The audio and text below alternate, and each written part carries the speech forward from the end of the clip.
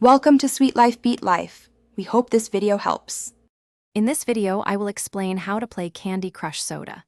This popular puzzle game involves matching colorful candies to achieve various goals.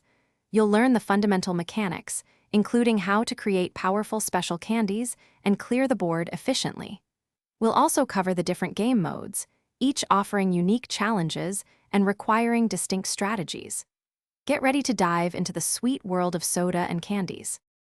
To play, simply swap adjacent candies to form a line of 3 or more identical ones.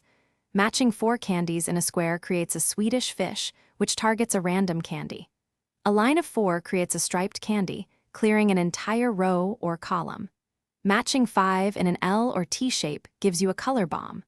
5 in a line creates a coloring candy, which changes the color of other candies. Candy Crush Soda features several exciting game modes.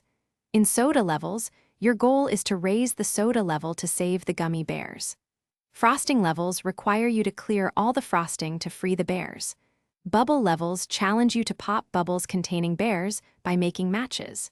Chocolate levels involve clearing all the spreading chocolate, while honey levels require you to break the honey to release the bears.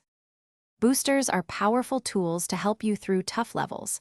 The lollipop hammer can crush any single candy or blocker. Combining 2 special candies, like a striped candy and a color bomb, creates a massive explosion, clearing a large portion of the board. Strategically planning your moves is key. Always look for opportunities to create special candies and combine them for maximum impact. Think several moves ahead to achieve your objectives efficiently. Thanks for watching. Consider subscribing if we helped you.